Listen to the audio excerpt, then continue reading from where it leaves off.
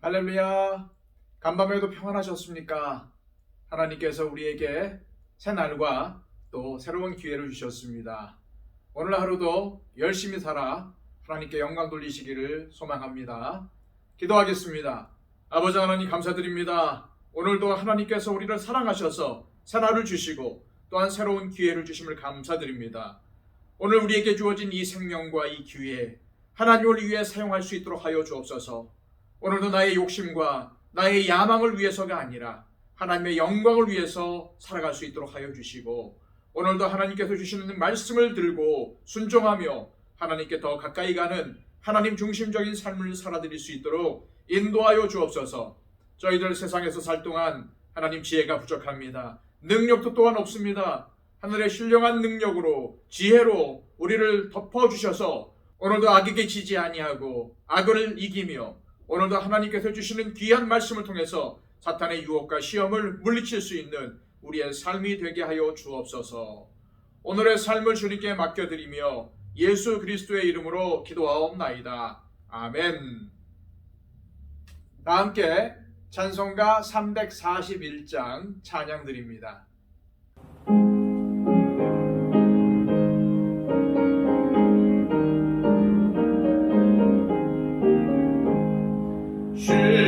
십자가를 내가 지고 주를 따라갑니다. 이제부터 예수로만 나의 보배 삼겠네. 세상에서 부귀 영화 모두 잃어버려도 주의 평안 내가 받고 영생 복을 받겠네. 주로 곤욕 당했으니 나도 곤욕 당하리. 세상 사람 간사하나 예수 진실합니다.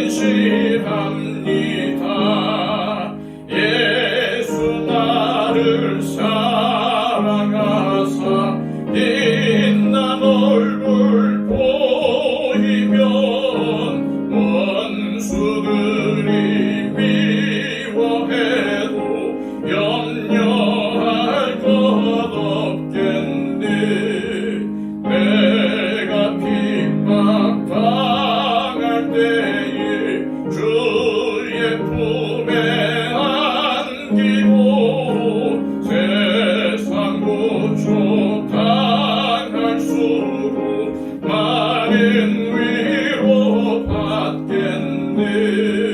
주가 주신 기쁨 외에 기뻐할 건 뭐냐.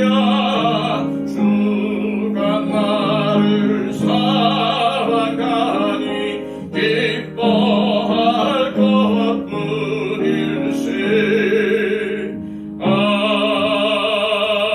아멘. 이 시간 우리에게 주시는 하나님의 말씀은 신약성경 고린도전서 9장 23절로 27절까지의 말씀입니다. 신약성경 273쪽입니다. 내가 복음을 위하여 모든 것을 행함은 복음에 참여하고자 함이라. 운동장에서 다름질하는 자들이 다 달릴지라도 오직 상을 받는 사람은 한 사람인 줄을 너희가 알지 못하느냐. 너희도 상을 받도록 이와 같이 다름질하라. 이기기를 다투는 자마다 모든 일에 절제하나니 그들은 썩을 승리자의 관을 얻고자 하되 우리는 썩지 아니할 것을 얻고자 하노라.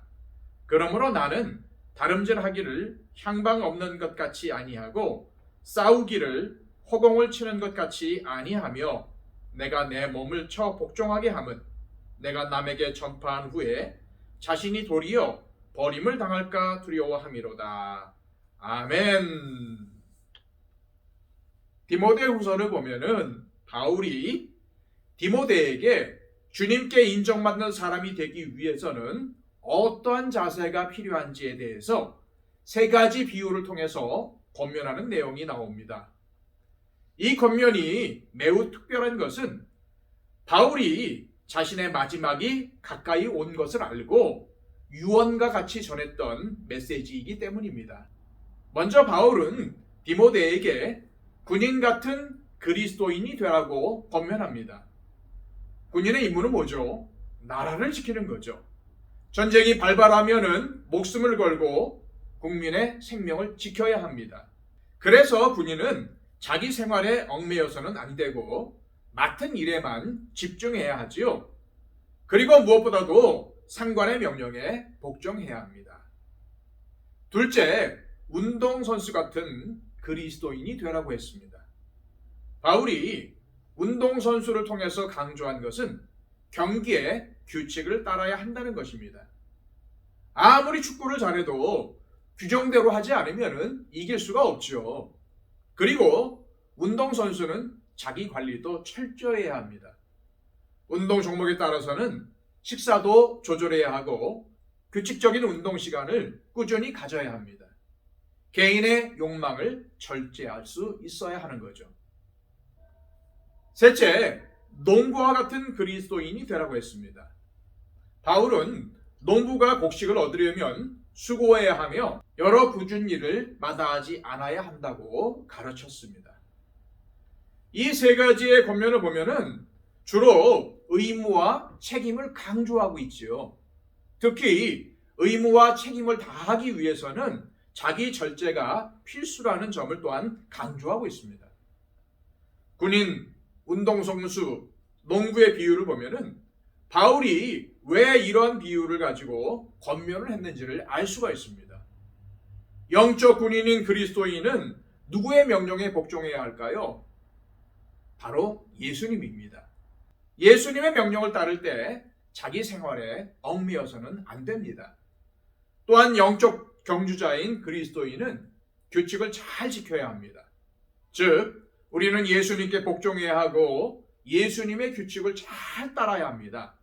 사실 예수님의 법을 따르는 것이 예수님께 순종하는 것입니다.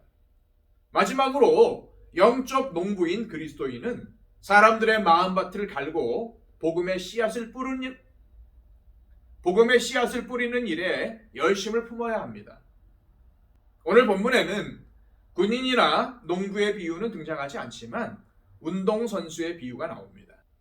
바울이 디모데에게 권면한 내용에서는 운동선수가 경기 규칙을 잘 지켜야 승리할 수 있다는 점을 강조합니다. 그런데 바울이 고린도 교회 성도들에게 운동선수의 비유를 통해서 강조한 것은 복음을 전하기 위해서 최선을 다해야 한다는 것이었습니다. 23절에서 24절까지의 말씀입니다. 내가 복음을 위하여 모든 것을 행함은 복음에 참여하고자 함이라. 운동장에서 다름질하는 자들이 다 달릴지라도 오직 상을 받는 사람은 한 사람인 줄 너희가 알지 못하느냐. 너희도 상을 받도록 이와 같이 다름질하라. 바울은 고린도전서 9장 16절에서 내가 복음을 전할지라도 자랑할 것이 없음은 내가 부득불 할 일임이라. 만일 복음을 전하지 아니하면 내게 화가 있을 것이로다 라고 말을 했어요. 이 말씀을 보면은 자신에게 복음 전파를 명령하신 분도 예수님이시고 예수님의 명령에 복종하지 않으면 안 된다는 완곡한 뜻이 들어져 있습니다. 그리고 이어서 예수님의 명령에 복종하기 위해 자신이 어떠한 규칙에 따라 행동했는지를 전합니다. 그런 다음에 운동선수의 비유를 들면서 복음을 위해 최선을 다해 달리는 선수가 되어야 하며 그래야 상급이 있다는 점을 알려주고 있죠. 이처럼 바울이 디모데후서에서 전한 내용과 고린도전서에서 전한 내용이 상당히 유사합니다. 게다가 복음을 전하는 일을 잘 감당하려면 자기 절제가 이루어져야 한다는 점도 같습니다. 25절 말씀입니다. 이기기를 다투는 자마다 모든 일에 절제하나니 그들은 썩을 승리자의 관을 얻고자 하되 우리는 썩지 아니할 것으로 얻고자 하노라. 당시 승리자가 받는 면류관은 올리브 나무의 가지로 만들었습니다. 따라서 그냥 놔두면 썩죠. 그런데도 선수들은 이 썩어질 면류관을 위해서 자기 절제를 하며 최선을 다해서 훈련하는데, 하물며 영원히 썩지 않는 영광의 면류관을 받으려는 우리가 그 이상으로 자기 절제를 하며 훈련을 받아야 하는 것이 당연하지 않냐는 겁니다. 이처럼 바울은 복음을 전하는 자는 자신을 절제하는 훈련이 필수적이라는 점을 강조하고 있죠. 우리는 예수님이 우리의 왕이시기 때문에 예수님의 명령에 순종해야 한다는 것을 잘 알고 있습니다. 또 수고하는 농부처럼 열심히 복음의 씨앗을 뿌리는 일에 참여해야 한다는 것도 잘 압니다. 또한 운동선수의 비유가 강조하는 것처럼 예수님의 규칙을 잘 지켜야 한다는 것도 잘 알고 있습니다. 그렇다면 예수님의 규칙은 무엇일까요? 이것을 잘 설명해 주는 말씀이 지난 시간에 본 고린도전서 9장 19절에서 23절까지의 말씀입니다. 다시 한번 읽어드릴게요. 내가 모든 사람에게서 자유로우나 스스로 모든 사람에게 종이 된 것은 더 많은 사람을 얻고자 함이라. 유대인들에게 내가 유대인과 같이 된 것은 유대인들을 얻고자 함이요, 율법 아래에 있는 자들에게는 내가 율법 아래에 있지 아니하나 율법 아래에 있는 자같이 된 것은 율법 아래에 있는 자들을 얻고자 함이요, 율법 없는 자에게는 내가 하나님께는 율법 없는 자가 아니요 도리어 그리스도의 율법 아래에 있는 자이나 율법 없는 자와 같이 된 것은 율법 없는 자들을 얻고자 함이라. 약한 자들에게 내가 약한 자와 같이 된 것은 약한 자들을 얻고자 함이요, 내가 여러 사람에게 여러 모습이 된 것은 아무쪼록 몇 사람이라도 구원하고자 함이니 내가 복음을 위하여 모든 것을 행함은 복음에 참여하고자 함이라. 바울에게 있어서 가장 중요한 목표는 복음 전파였습니다. 복음 전파는 무엇입니까? 바로 영혼 구원이죠. 영원히 멸망당할 수밖에 없는 사람들을 영생으로 인도하는 것입니다. 따라서 복음 전파는 생명을 살리는 일입니다. 살려도 되고 아니면 어쩔 수 없는 것이 아니죠. 무조건 살리고 봐야 합니다. 안 그러면 영원한 멸망에 처하기 때문입니다. 그러면 살리는 방법이 뭡니까? 무조건 선교해야 합니다. 군림하려고 하면 안 됩니다. 내 신앙 경력이나 직분이나 지식이 이웃을 구원으로 인도하는 것이 아닙니다. 나의 섬김이 이웃을 구원으로 인도합니다. 섬김은 다른 것이 아닙니다. 바울이 말한 것처럼 종이 되는 것입니다. 섬김은 높아지려는 것이 아니라 낮아지려는 것입니다. 그리고 이처럼 섬기려면 자기 절제가 가장 중요합니다. 성격도 죽여야 하고 물질과 시간으로 헌신하려면 그만큼 평소에 물질과 시간을 절제해야 합니다. 내 지식도 절제해야 하고 대접받는 것은 꿈에서라도 생각하지 말아야 합니다. 바울은 이런 말씀도 전합니다. 27절이에요. 내가 내 몸을 쳐 복종하게 함은 내가 남에게 전파한 후에 자신이 도리어 버림을 당할까 두려워함이로다. 이 말씀을 보면은 자기 절제에 최선을 다하려는 바울의 의지가 담겨져 있지 않습니까? 자신이 직접 자기의 몸을 쳐서 복종하게 한다는 것입니다. 여기에는 내가 복음을 전파한 후에 정작 자기 절제를 하지 못하고 교만하여 쓰임받지 못할 수도 있다는 절박함이 담겨져 있습니다.